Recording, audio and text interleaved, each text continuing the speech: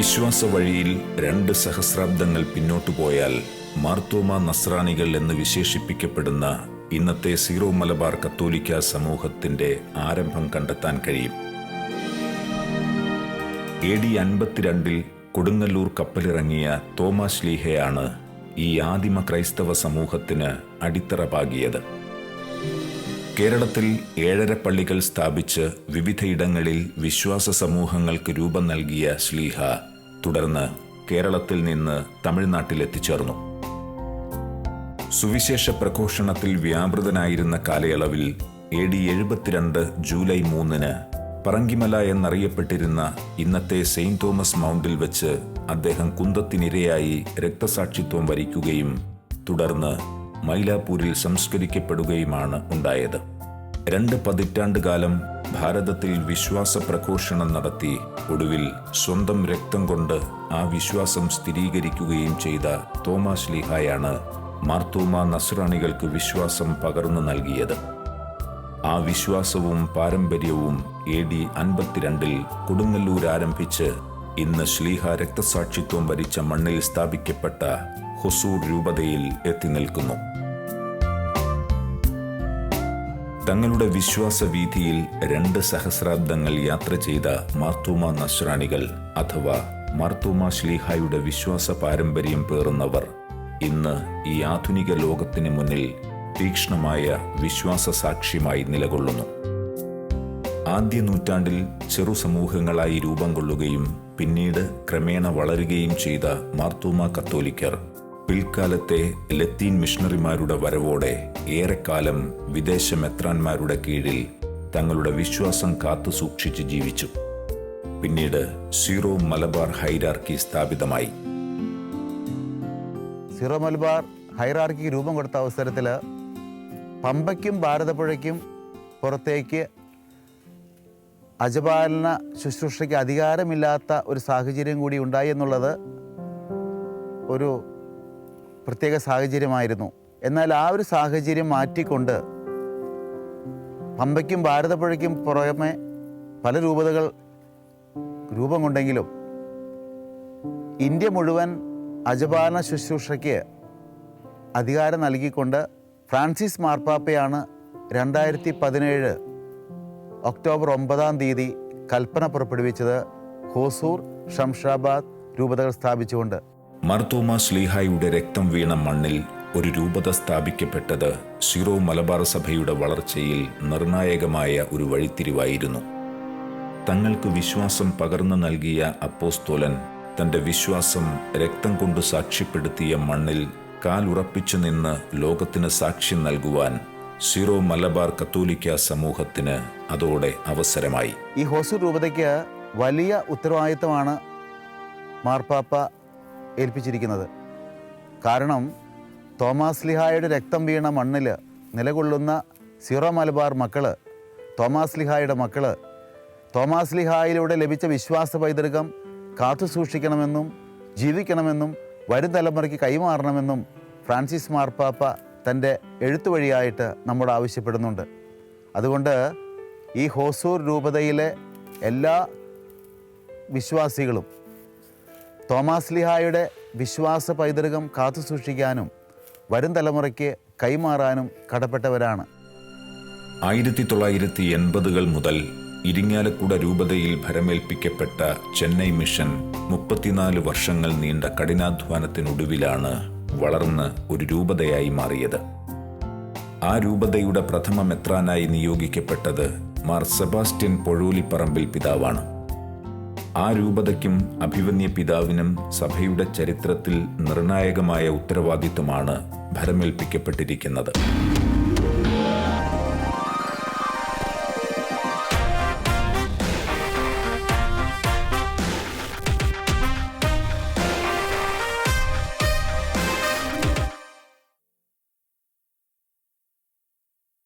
മാർത്തോമാ ശ്ലീഹ വന്നിറങ്ങിയ കൊടുങ്ങല്ലൂർ സ്ഥിതി ചെയ്യുന്ന രൂപതയാണ് ഇരിങ്ങാലക്കുട. ഇരിങ്ങാലക്കുട രൂപതയെ സംബന്ധിച്ചിടത്തോളം വളരെ സന്തോഷത്തോടു കൂടിയാണ് തോമാ ശ്ലീഹ രക്തസാക്ഷിത്വം വരിച്ച ചിന്നമലയും പെരിയമലയും മൈലാപ്പൂരും അടങ്ങുന്ന ചെന്നൈ മിഷൻ ഏറ്റെടുത്ത് നടത്തുക എന്നത്. അഭിമന്യ ജെയിംസ് പിതാവിൻ്റെ നേതൃത്വത്തിൽ ആരംഭിച്ച ഈ മിഷൻ 34 വർഷത്തോളം ഇരിങ്ങാലക്കുട രൂപത തൻ്റെ സ്വന്തമായിട്ട് കരുതുകയും രൂപതയുടെ ആളും അർത്ഥവും നൽകി ആ മിഷനെ വളർത്തുകയും ചെയ്തു.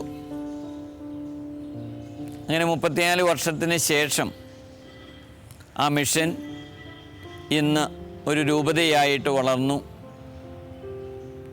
ഹൊസൂർ രൂപത എന്ന പേരിൽ ഇന്ന് വളരെ നല്ല രീതിയിൽ അജപാലന ശുശ്രൂഷ, അതോടൊപ്പം തന്നെ അജപാലന നേതൃത്വം ഇന്ന് നൽകിക്കൊണ്ടിരിക്കുകയാണ്.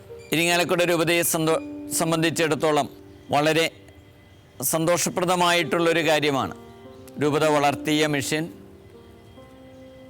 ഇന്ന് മറ്റൊരു സ്വതന്ത്ര രൂപതയായിട്ട് വളർന്നു എന്നുള്ളത്. അതുകൊണ്ട് തന്നെ രൂപതയിലെ വൈദികരിൽ 25ഓളം പേര് ഇന്ന് ഹൊസൂർ രൂപതയിൽ അജപാലന ശുശ്രൂഷയിൽ സഹകരിച്ചു കൊണ്ടിരിക്കുന്നുണ്ട്. ഇരിങ്ങാലക്കുട രൂപതയുടെ മുഖ്യ വികാരി ജനറലായിരുന്ന മോൺസിഞ്ഞോർ ജോബി പള്ളിപ്പറമ്പച്ചനാണ് മെത്രാനായിട്ട് നിയമിക്കപ്പെട്ടതും ഇപ്പോഴത്തെ രൂപതാധ്യക്ഷനായിട്ടുള്ള മാർ സെബാസ്റ്റ്യൻ പള്ളിപ്പറമ്പിൽ എന്ന പേരിൽ അറിയപ്പെടുന്ന മേലധ്യക്ഷൻ. സീറോ മലബാർ സഭയെ സംബന്ധിച്ച് ഹൊസൂർ രൂപത ഏറെ പ്രധാനപ്പെട്ടതെങ്കിലും ഏറ്റവും പുതിയതായി രൂപം കൊണ്ടതായതിനാൽ തന്നെ ഈ രൂപതയ്ക്ക് പരിമിതികളേറെയുണ്ട്.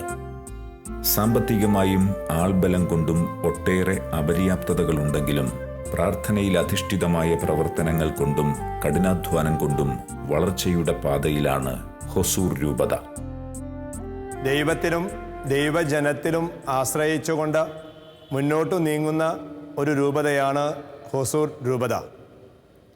സ്വന്തമായി ഒന്നുമില്ല എങ്കിലും ദൈവത്തെ മാത്രം സ്വന്തമാക്കിക്കൊണ്ട് ദൈവജനത്തിനു വേണ്ടി ശുശ്രൂഷ ചെയ്യുവാൻ തയ്യാറായിരിക്കുന്ന അഭിമന്യ പിതാവും വൈദികരുമാണ് ഹൊസൂർ രൂപതയുടെ ഏറ്റവും വലിയ മുതൽക്കൂട്ട്. 1983 മദ്രാസ് മിഷൻ അഭിമന്യ പിതാവ് ഏറ്റെടുത്തുകൊണ്ട് ഇവിടെ പ്രവർത്തനങ്ങൾ ആരംഭിക്കുന്നത്.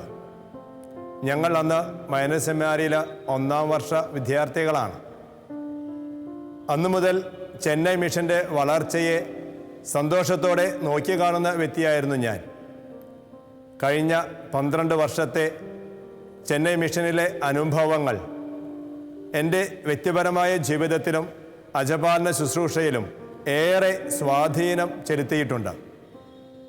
രൂപത വന്നതിന് ശേഷം ഇവിടെയുള്ള പ്രവർത്തനങ്ങൾ പൂർണ്ണമായിട്ടും ദൈവത്തിൽ ആശ്രയിച്ചുകൊണ്ട് മാത്രം മുന്നോട്ട് നീങ്ങുന്നതാണ്. ദൈവജനത്തെ വേണ്ടി ശുശ്രൂഷ ചെയ്യുക എന്ന ഒരു ലക്ഷ്യത്തോടെ എല്ലാ പ്രവർത്തനങ്ങളും ക്രമീകരിച്ചു കൊണ്ടിരിക്കുന്നു. തുടർന്ന് ഈ രൂപത ശക്തി പ്രാപിക്കണം. സാമൂഹ്യ പ്രവർത്തനങ്ങൾ ഊന്നിക്കൊണ്ട് എല്ലാ പ്രവാസികൾക്കും തോമാസ് സ്ലീഹായിലൂടെ ലഭിച്ച വിശ്വാസ പൈതൃകം സ്വീകരിക്കാനും ജീവിക്കാനുള്ള അവസരമൊരുക്കണം. പള്ളികളുണ്ടാകണം, പള്ളിക്കൂടങ്ങളുണ്ടാകണം, ആതുര ശുശ്രൂഷാലയങ്ങളുണ്ടാകണം, വേദപാഠം പഠിക്കാനുള്ള അവസരം ഉണ്ടാകണം. ഇന്ന് കത്തോലിക്ക സഭ എന്താണ്, പ്രൊട്ടസ്റ്റന്റ് സഭ എന്താണ് തിരിച്ചറിവില്ലാത്ത ആളുകൾ നമ്മുടെ കൂട്ടായ്മയിലുണ്ട്. കഴിഞ്ഞൊരു ദിവസം ഞാനൊരു വീട്ടിൽ ചെന്നപ്പോൾ അവരോട് വൈകിട്ട് 7 മണിക്ക് പ്രാർത്ഥനയ്ക്കും മീറ്റിങ്ങിന് വരണമെന്ന് പറഞ്ഞപ്പോൾ ആ കുടുംബത്തിലെ വീട്ടമ്മ അവസാനം കുറേ പറഞ്ഞതിന് ശേഷം പറഞ്ഞു, പിതാവേ, ഞാൻ തുറന്നു പറയാണ്, രാവിലെ എല്ലാ ഞായറാഴ്ചകളും ഞങ്ങൾ അസംബ്ലി ഓഫ് ഗോഡിൽ കുർബാനയ്ക്ക് പോകും, വൈകിട്ട് നമ്മുടെ കത്തോലിക്ക പള്ളിയിലും കുർബാനയ്ക്ക് പോകും. എന്താണ് അസംബ്ലി ഓഫ് ഗോഡ്, എന്താണ് പ്രൊട്ടസ്റ്റന്റ് സഭ, എന്താണ് കത്തോലിക്ക സഭ, ഇതൊക്കെ പഠിക്കാനും പഠിപ്പിക്കാനും അവസരങ്ങൾ സൃഷ്ടിക്കപ്പെടണം. അത് വലിയൊരു ദൗത്യമായിട്ടാണ് ഞാൻ ഈ ആരംഭവേളയിൽ കാണുക. കേരളത്തിൽ ഉത്ഭവിച്ച ആദിമ ക്രൈസ്തവ സമൂഹത്തിന്റെ പിന്മുറക്കാരായ സീറോ മലബാർ ക്രൈസ്തവരെ സംബന്ധിച്ച് ഏറെ പ്രധാനമാണ് മാർത്തോമാ ശ്ലീഹായുടെ വിശ്വാസ പാരമ്പര്യം. ആഗോള കത്തോലിക്ക സമൂഹത്തിലെ 23 വ്യക്തിസഭകളിൽ സുപ്രധാനമായ ഒന്ന് എന്ന നിലയിൽ ആ പാരമ്പര്യവും വിശ്വാസ സാക്ഷ്യവും ലോകത്തോട് പ്രഘോഷിക്കുവാനുള്ള കടമ ഈ സഭാ സമൂഹത്തിനുണ്ട്. 2000 വർഷത്തെ വളർച്ചയുടെ പാതയിൽ 2017 ചെന്നൈ ഉൾപ്പെടുന്ന പുതിയ ഒരു രൂപത സ്ഥാപിതമായത് അഭിമാനകരമാണ്.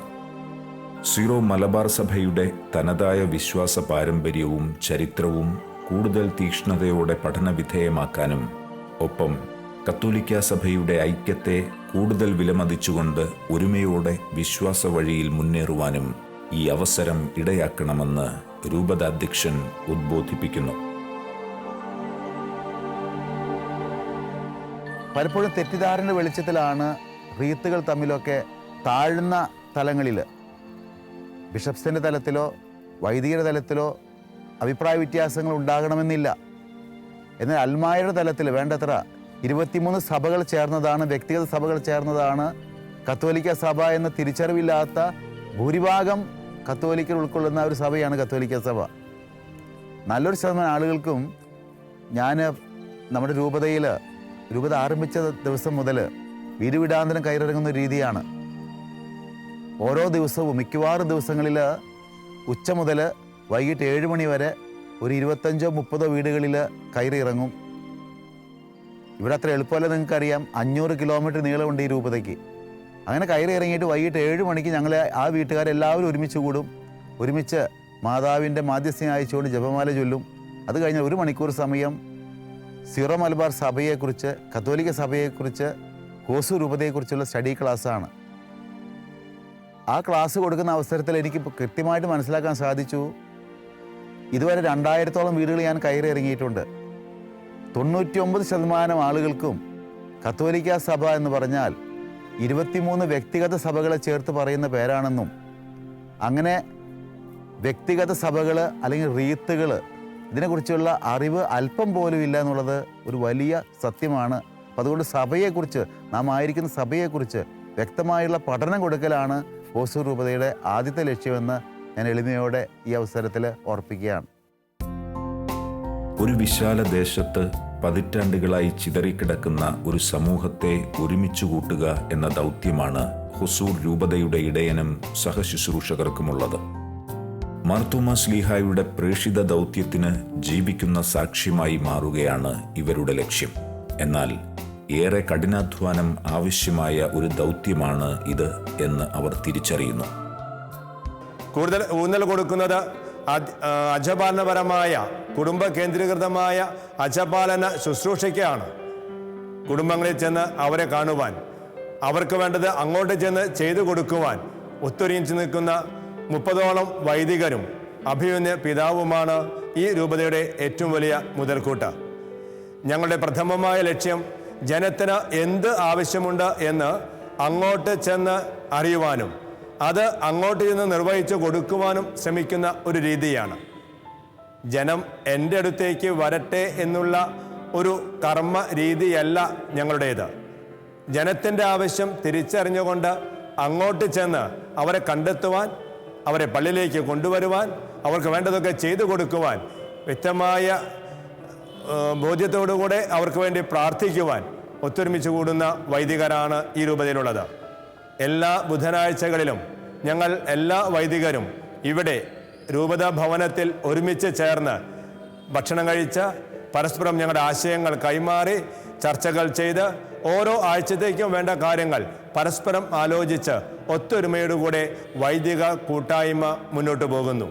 അതാണ് രൂപതയുടെ ഏറ്റവും വലിയ കരുത്ത്. അതിന് ശക്തമായ നേതൃത്വം നൽകുന്ന വ്യക്തിയാണ് അഭിമന്യ പിതാവ്. പിതാവ് എപ്പോഴും കുടുംബങ്ങളോട് ചേർന്ന് നിൽക്കുന്ന വ്യക്തിയായതുകൊണ്ട് വൈദികരും ഒക്കെ അതേ ശൈലിയിൽ കുടുംബങ്ങളോട് ചേർന്ന് നിൽക്കുവാനും കുടുംബത്തിന് ഒന്നാം സ്ഥാനം കൊടുത്തുകൊണ്ട് അവരെ വളർത്തിയെടുക്കുവാനും ഏറ്റവും ആത്മാർത്ഥമായി പരിശ്രമിക്കുന്നു.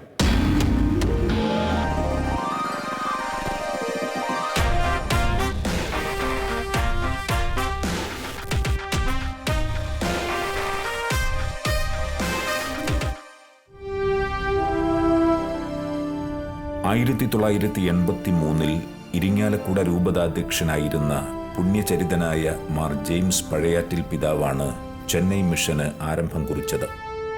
തമിഴ്നാട്ടിലെ 9 ജില്ലകൾ ഉൾപ്പെടുന്ന വിശാലമായ ഒരു രൂപതയാണ് ഹൊസൂർ രൂപത. 1960 മുതൽ കേരളത്തിൽ നിന്ന് തമിഴ്നാട്ടിലേക്ക് കുടിയേറിയ സീറോ മലബാർ സഭാംഗങ്ങളാണ് പ്രാഥമികമായി ഈ രൂപതയിലെ അംഗങ്ങൾ. അത്തരം അനേകരുടെ പതിറ്റാണ്ടുകൾ പഴക്കമുള്ള ആഗ്രഹമായിരുന്നു സ്വന്തമായി ഒരു രൂപത ലഭിക്കുക എന്നുള്ളത്.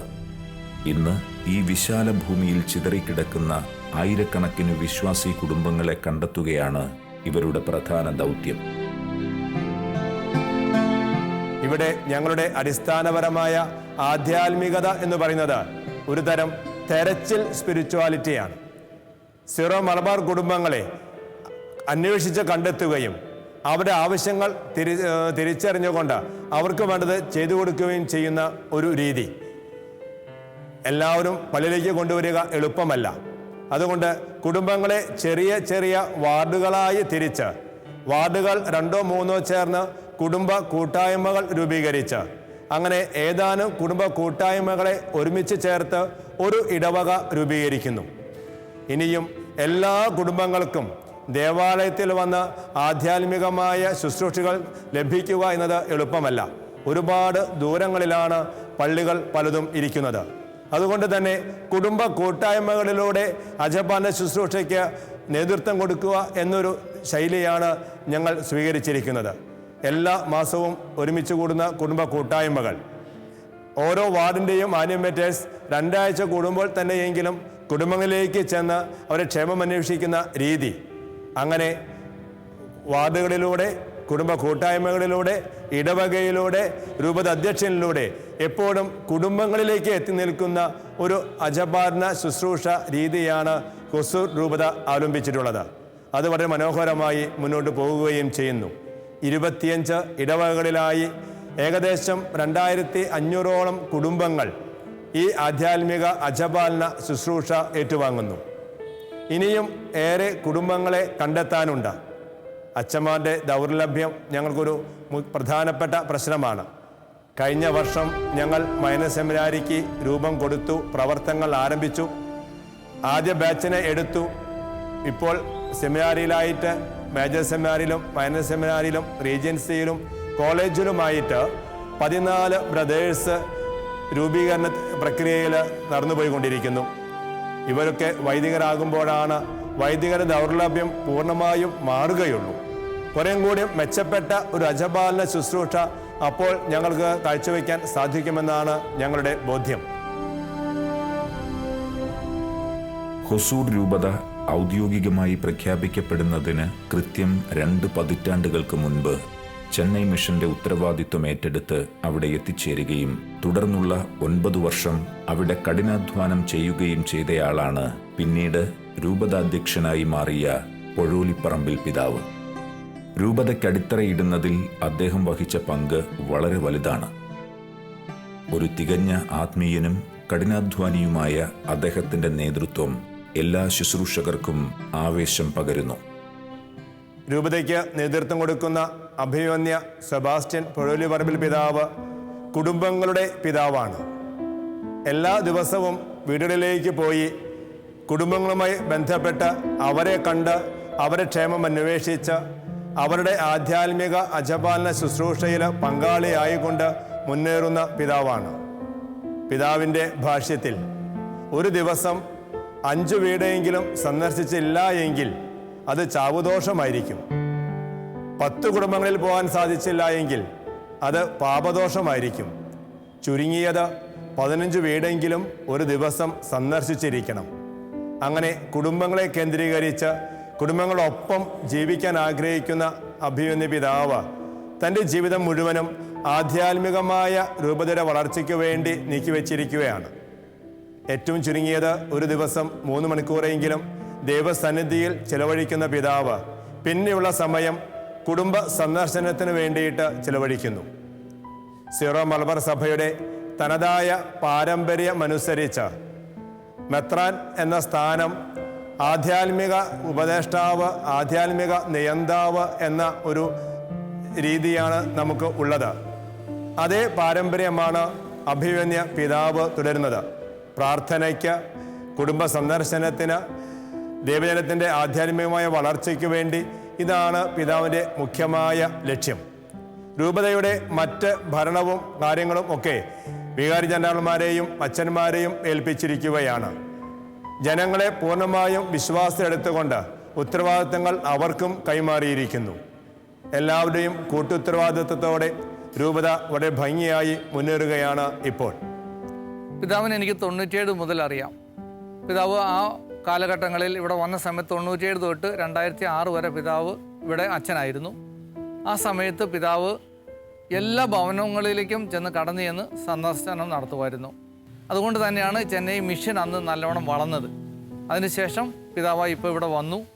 പിതാവിൻ്റെ ആ സ്നേഹവും പ്രാർത്ഥനയും സാമീപ്യവും ഇവിടെയുള്ള എല്ലാവരും നല്ലവണ്ണം സന്തോഷത്തോടെ തന്നെ സ്വീകരിക്കുന്നുണ്ട്. പിതാവ് കടന്നു ചെല്ലുമ്പോൾ തന്നെ ഒരു ഈശോ വന്നൊരു ഫീലിംഗ് ആണ് എല്ലാവർക്കും വീട്ടിൽ വന്നാൽ തന്നെ. അതുപോലെ രോഗി സന്ദർശനം, എവിടെ ഏത് വീട്ടിലും രോഗമുണ്ടെന്ന് കണ്ടാൽ പിതാവ് അവിടെ ചെല്ലാൻ പിതാവിന് യാതൊരു മടിയുമില്ല. അതുപോലെ അവർക്ക് വേണ്ടി പ്രാർത്ഥിക്കും. അതുകൊണ്ട് തന്നെ അവർക്ക് നല്ല സമാധാനവും സന്തോഷവും കൊടുക്കാനായിട്ട് പിതാവിനെ കൊണ്ട് സാധിക്കുന്നുണ്ട്. എൻ്റെ അനുഭവത്തിൽ നിന്ന് പറയുകയാണെങ്കിൽ എൻ്റെ ഒരു ആത്മസുഹൃത്തിൻ്റെ വൈഫ് മരിച്ചു. 2003 പുള്ളിക്കാരത്തി ക്യാൻസറായിരുന്നു.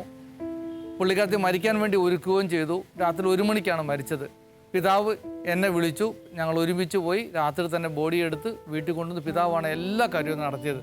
പിതാവിന് അങ്ങനത്തെ ഒരു കുടുംബങ്ങളുമായിട്ടുള്ള അത്ര ഒരു ആത്മബന്ധം പുലർത്തുന്ന ഒരു വ്യക്തിയായിരുന്നു.